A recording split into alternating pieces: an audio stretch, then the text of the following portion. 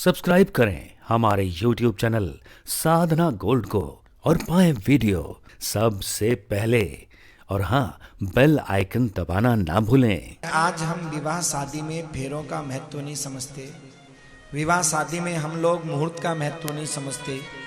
पर सजनों, हम इतना खर्चा करते हैं पर जो वास्तविक चीज है उससे परे रह जाते हैं और इसीलिए हमारे रिश्ते चलते नहीं हैं। ध्यान रखिएगा, अगर सही मुहूर्त में विवाह संपन्न हुआ है और किसी कारण खटपट होने वाली भी होना तो टूटता नहीं है रिश्ता, होती नहीं है।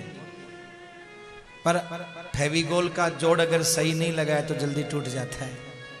बस ऐसी महाराज ये रिश्तों का जोड़ अगर सही नहीं लगा, विधि देखो, फेविकोल का जोड़ लगाते उसको उसका विधान है, कैसे लगाना है, कितने देर सुखाना है, फिर कैसे जोड़ना है, ये उसका विधान है। और जब वो जुड़ जाता है, विधान जब संपन्न हो जाता है, उसके बाद सजनों वो जुड़ जाता है अच्छे से। ऐसे जो रिश्ता जुड़ता है दो को, विवाह का मतलब क्या है। एक बार भगवान श्री कृष्ण से राधा रानी ने कहा कि भगवान आपका हमारा विवाह नहीं हुआ। तो राधा रानी ने कहा कि राधा रानी ने जब ये कहा तो भगवान ने कहा, राधे विवाह का मतलब क्या है। विवाह का मतलब है दो लोगों को एक करना। एक होता है लड़का, एक होती है लड़की, एक होता है वर, एक होती है वधू। उनको दो को एक करने का नाम है विवाह।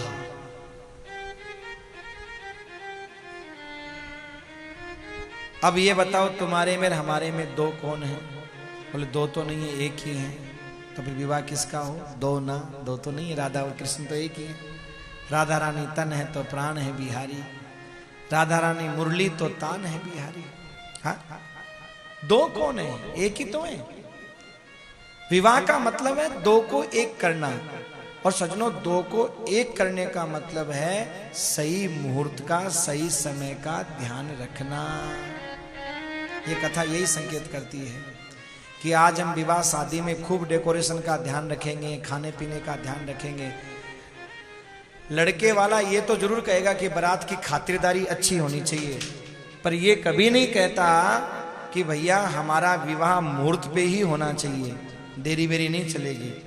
शर्त ये रखनी चाहिए कि देखो भैया, तुम्हारे नाटक वाटक जो है तुम बाद में करना, पर जो फेरों का मुहूर्त है, फेरे उसी मुहूर्त में होने चाहिए। बोलना तो ये चाहिए। और सजनों, बोलते क्या है? खातिरदारी अच्छी से होनी चाहिए।